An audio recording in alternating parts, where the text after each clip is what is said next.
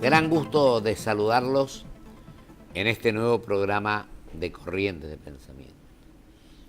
Hoy vamos a abordar un tema de gran trascendencia que ha traído una serie de opiniones y algunos que estuvieron en una posición un día y que cambiaron el día siguiente. Lo que no es muy difícil que ocurra por la falta de coherencia en muchos casos de nosotros los argentinos.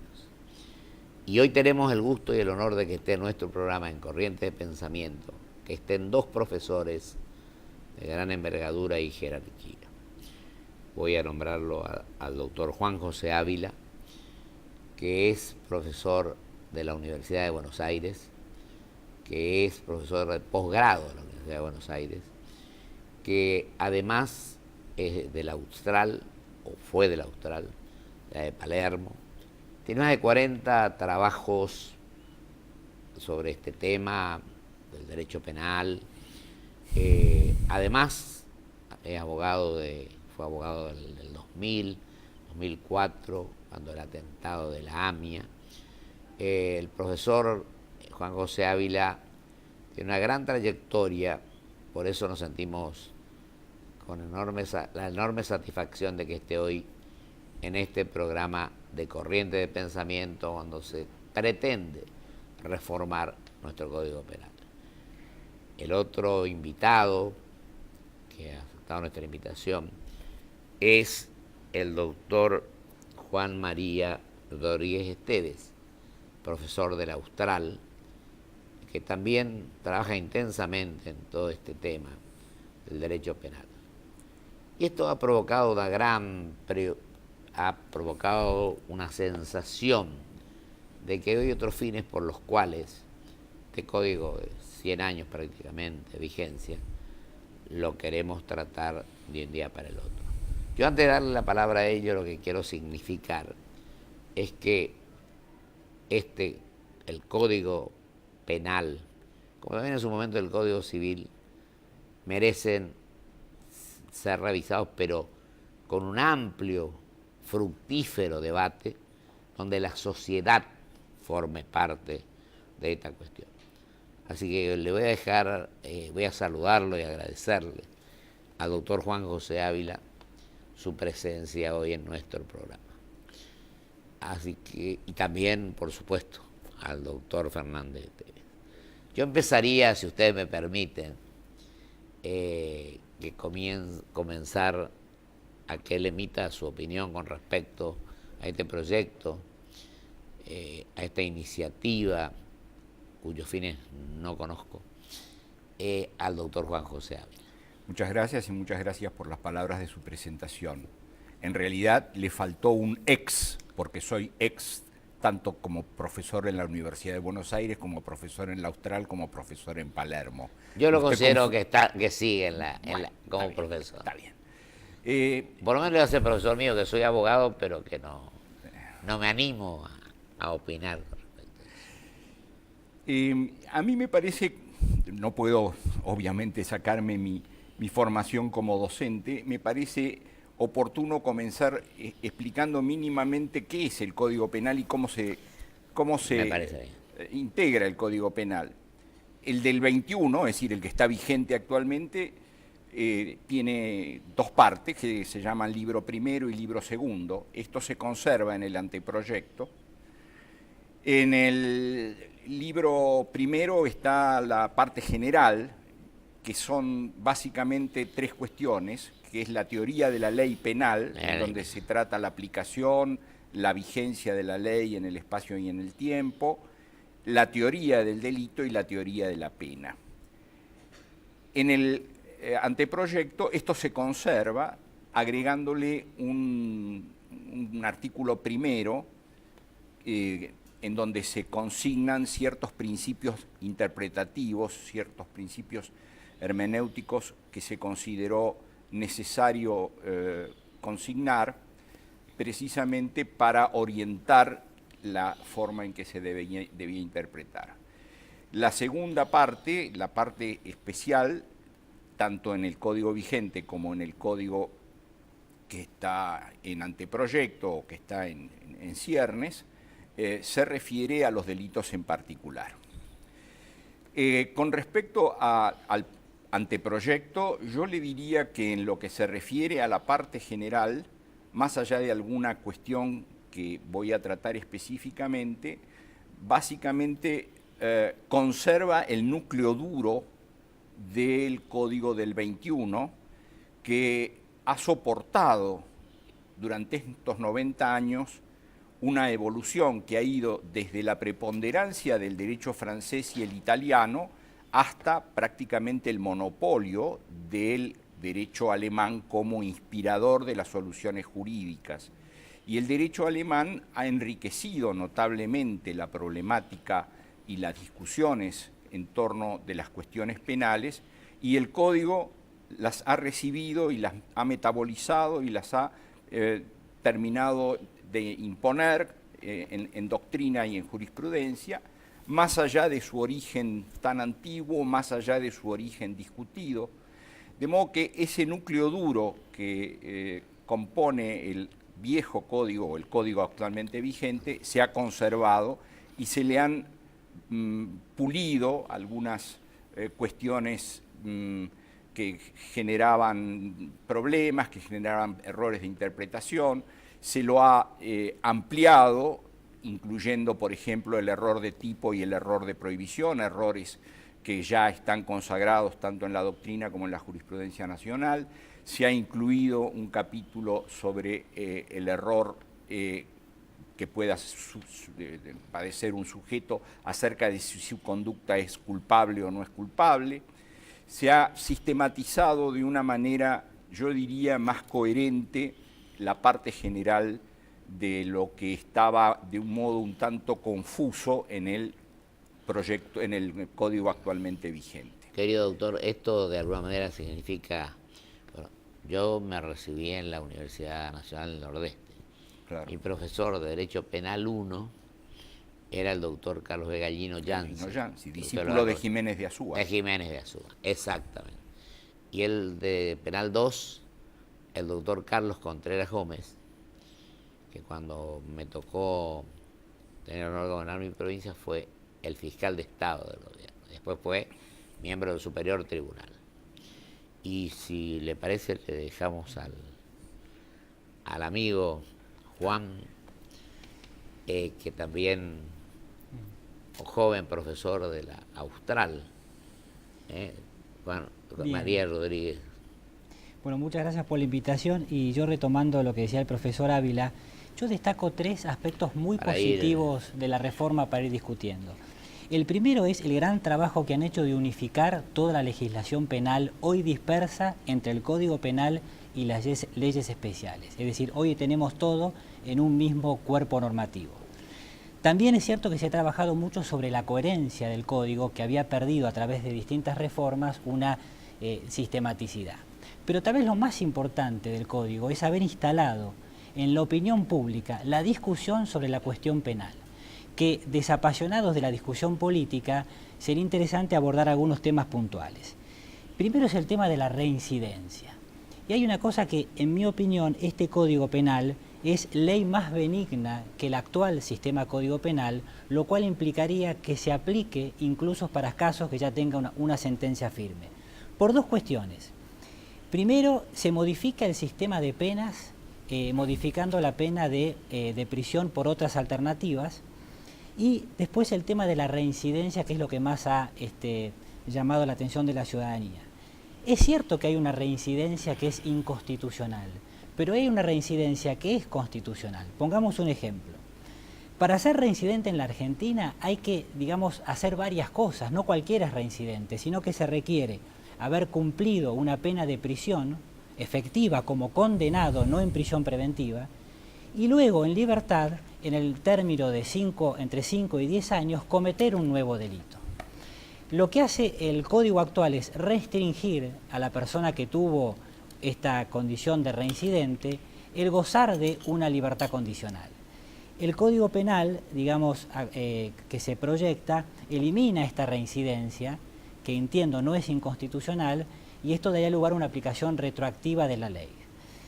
Hay una reincidencia que está bien eliminada del código y que ya la Corte lo eliminó, que es aquella fundamentada solamente en la peligrosidad de una persona, que es cuando hay muchas sentencias condenatorias y se aplica al final de la última una reclusión por tiempo indeterminado.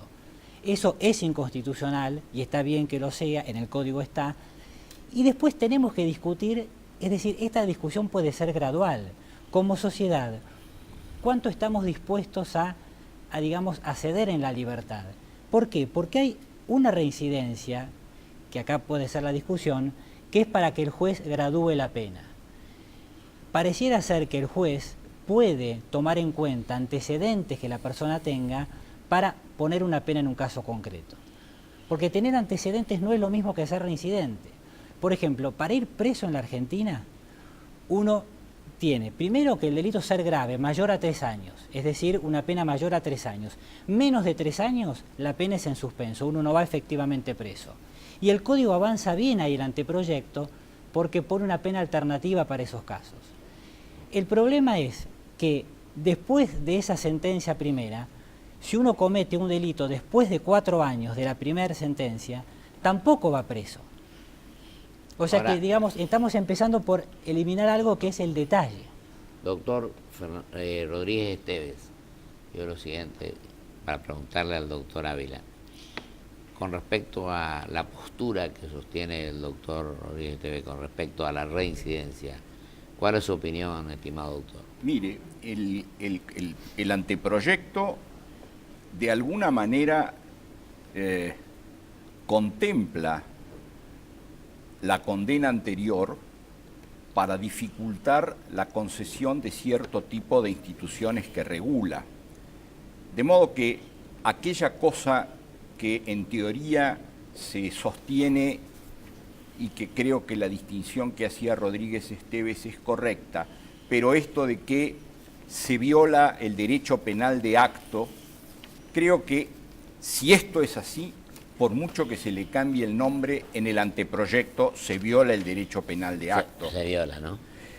Sí, yo no creo que esto sea derecho penal de acto, porque el derecho penal de acto así concebido implicaría un fraccionamiento de la vida del sujeto en instantes que rompe la unidad narrativa de la vida del sujeto en momentos distintos el uno del otro, y esto me parece que es un atentado contra la comprensión histórica de lo que es el sujeto en nuestra sociedad. Pero fíjese que para reemplazar la pena de prisión, si no se tienen antecedentes, con la mitad del cumplimiento de la pena en prisión se puede solicitar. En cambio, si se tienen antecedentes de una condena cumplida anterior durante los 5 años anteriores, ya no es la mitad, sino que son los 2/3. Es decir, acá hay un agravamiento objetivo, nada más que porque el sujeto estuvo cumpliendo una condena por un delito anterior. La segunda cuestión que yo encontré que tiene íntima relación con esto es con la probation, en donde pasa una cosa más o menos parecida. Es decir, pareciera que, como solía decir, o como reza el apotegma famoso y tan bello de Goethe, gris es toda teoría y verde el árbol de oro de la vida. Gris es la teoría que se pretende hacer jugar en esto, y el verde árbol de la vida nos introduce la necesidad de este tipo de contemplaciones que contradicen, o en algún sentido contradicen, aquella gris teoría que nosotros atacábamos. Doctor Fernández Esteves. Ahí, por ejemplo, una cuestión para proponer una mejora, como es el debate. Por ejemplo, cuando la pena se puede sustituir de prisión cumplida la mitad. En esto sí es ley penal más benigna, porque veamos un caso. Una persona, por ejemplo, es condenada por un robo con armas a 6 años de prisión, hoy puede pedir la libertad condicional a los 4, con el anteproyecto a los 3. O sea que tenemos ley más benigna ahí. Pero es cierto lo que dice el doctor. Rodríguez Esteves, dije Fernández, perdón. Sí, pero es cierto una cosa, es decir, una posibilidad que la pena se sustituya, incluso cuando sea mayor a 3 años de prisión, podemos conceder eso, pero por única vez. Es decir, entonces esa limitación es compatible con una idea de mayor prevención de la seguridad. Entonces, sustituirla, por ejemplo, por única vez. Y otro tema con las penas alternativas. ¿Cómo las vamos a controlar? Es decir, tenemos penas que en abstracto son muy buenas. Arresto de fin de semana, detención domiciliaria, obligación de reincidencia, tareas comunitarias. Eso funcionaría muy bien si son rápidas, de rápida aplicación. Porque es cierto que el Código Penal en sí no previene ni frena nada, sino una justicia rápida y efectiva que actúe. Pero si no tenemos, hoy los juzgados de ejecución, que son los que controlan el cumplimiento de las penas, son 3 en la Ciudad de Buenos Aires y no dan abasto. Entonces, es cierto, los autores del proyecto podrían decir, no es un tema nuestro, es verdad, pero tendríamos que pensar que esto tiene que ir de la mano de una implementación, y en Argentina lamentablemente no nos caracterizamos por los controles eficientes. No. Entonces, todo este catálogo de penas, una gran preocupación es que no se puedan controlar. Sobre todo que acá está en juego la seguridad, que es lo que preocupa a la gente. El tema que más preocupa en las mediciones que se hacen, el tema de la seguridad. Sin duda. No digo yo que sea solamente en esta etapa, sino que viene de un poco más lejos todo esto, ¿no? Entonces yo creo que acá una cosa es la agenda de la sociedad y otra cosa es la agenda de los políticos, a mi criterio. Que a veces por obtener réditos se dice una cosa y después se hace otra, o en la campaña una cosa y después de la campaña se dice otra. Yo creo que acá tenemos una profunda seriedad y les pregunto a los dos, ¿ustedes creen este tema de enorme trascendencia, como también el Código Civil? Yo creo que tenemos que darle todo el debate que se merece y audiencias públicas y contacto en general, ¿no? ¿Qué opina, doctor, usted de ese tema? Yo soy pesimista. ¿Usted es pesimista en cuanto a que no se le dé el debate? En cuanto a la posibilidad de que haya un debate y que ese debate llegue a consensos.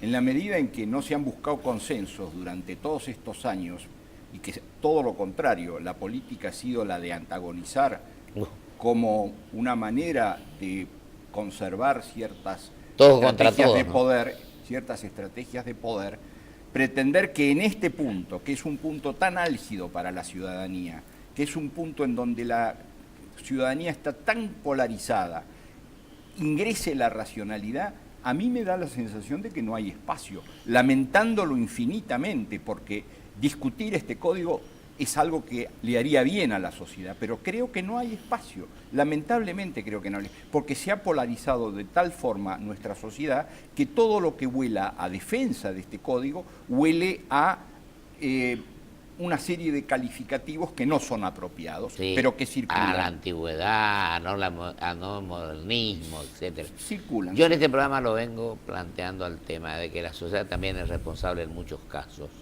de que nos está pasando, porque no se le exige a los mandatarios en la mayoría de los casos, rendición de cuenta de lo que dijeron cuando eran candidatos y después que la sociedad lo eligió. También es responsable la sociedad. Todos cometemos errores en esto y somos un poco responsables. ¿Qué opina, doctor Rodríguez? Bueno, yo en una postura más optimista, aunque coincido con el profesor, lo que tenemos que tratar es de evitar los antagonismos. Y en la materia penal se ve. Tenemos por un lado las críticas que se hacen a el garantismo, el abolicionismo, y por el otro lado la otra tendencia que es a pedir cada vez más derecho penal. Lo que tenemos que tratar es trabajar sobre consensos. El derecho penal tiene una función que es asegurar el bien común, la paz y la tranquilidad, que entra en tensión, por supuesto, con la dignidad de la persona. Pero lo que tenemos que evitar es criticar a personas y empezar a discutir ideas. A discutir ideas para llegar a un acuerdo entre estas dos corrientes del derecho penal que pueden tener puntos, si es de buena fe y con respeto, para el mejor desarrollo de la sociedad. Yo creo que esto merece un profundo debate, que no imitemos lo que estamos haciendo con los presupuestos, que es la ley de leyes, que la aprobamos a libro cerrado, y donde se presta el oficialismo y en muchos también casos sectores de la oposición. Creo que esta es nuestra obligación. No sé qué les parece.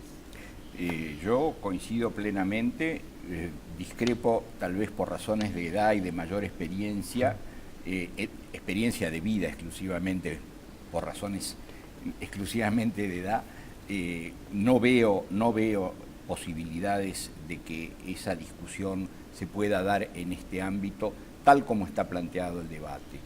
Esto es absolutamente lamentable porque, reitero, este código merece ser discutido no solamente en estas cuestiones que hemos hablado sobre la reincidencia. Claro. Hay otros muchos puntos que merecen...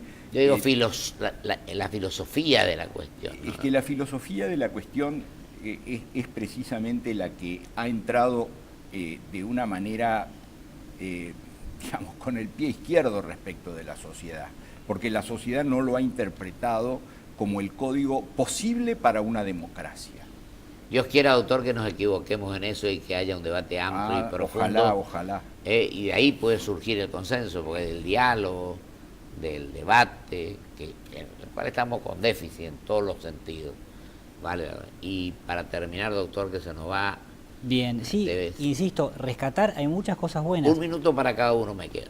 Toda la parte especial que se ha trabajado en el código, de reunirla, es muy bueno. Después, el tema de, por ejemplo, la prescripción. Se han incorporado actos que interrumpen la prescripción, como la rebeldía. Usted habla de 3 puntos que son importantes. He leído un artículo suyo. Es decir, hay muchas cosas buenas, pero también hay detalles como la eliminación, y acá lo dejo al profesor, del dolo eventual, que parece para la sociedad una cuestión súper abstracta, pero puede llevar a revisar condenas. Pongo un ejemplo muy rápido. En la jurisprudencia alemana, un karateca que le da un golpe al hijo de su pareja porque lloraba y lo mata. Claro, no lo quiso matar, no tuvo voluntad directa de matarlo, pero sabía que era karateca, sabía que estaba dando un golpe, y eso es dolo eventual. Que el golpe, pues... Y hay muchos más ejemplos que el profesor podría ilustrar. Sí, yo lo que creo es que no se suprimen los problemas suprimiendo las palabras que describen el problema sigue estando. Hay un famoso caso de jurisprudencia de principios del siglo XX, que es el caso de los niños rusos. El caso de los niños rusos no se resuelve mediante el recurso a la culpa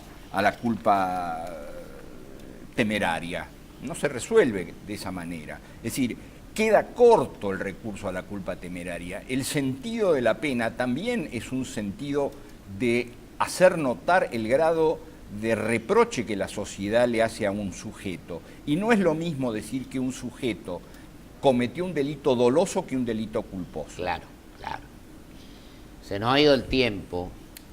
Yo les quiero agradecer profundamente la magnífica exposición con una profunda claridad a los televidentes, pero les quiero decir que es el primer programa en el cual nos ocupamos de este tema.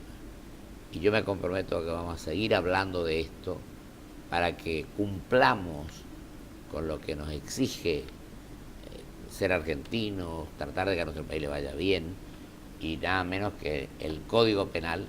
Vamos a hacer muchos programas, muchos debates, muchos diálogos, y convocar a la sociedad, a la que le ha pasado también un poco este tema, a efectos de clarificar al máximo y buscar la mayor cantidad de consenso posible. Muchísimas gracias, doctor Ávila. Muchas gracias a usted, gracias. Doctor Fernández, le agradezco. Rodríguez, también le agradezco enormemente esta presencia en Corriente de Pensamiento. Vamos a un corte y vuelvo con mis conclusiones.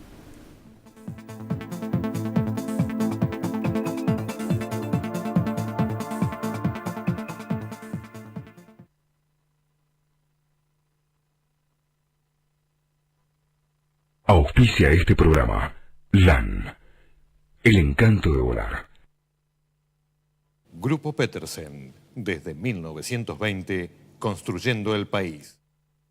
Con Provincia Seguros, cuanto más aseguro, menos pago y más tranquilo estoy. Por eso yo aseguro todo con ellos. El auto, la casa, mi empresa. Hace como Marcelo y aprovecha la promo Más asegurás, menos pagás de Provincia Seguros. Llama al 0810-222-2444. Consultá con tu asesor de seguros o en nuestras sucursales. Buenos Aires es grande y con Provincia Seguros, tu tranquilidad también. Cumplimos 15 años y lo celebramos inaugurando la nueva Terminal B de Ezeiza, con una inversión de 570 millones de pesos. Aeropuertos Argentina 2000. Soñamos con vos. BBVA Francés. Por un futuro mejor, siempre. Adelante. Porque lo querés de verdad, lo cuidas mucho y tratás de que no le pase absolutamente nada. Pero él ya está grande y es hora de que tenga su propio auto.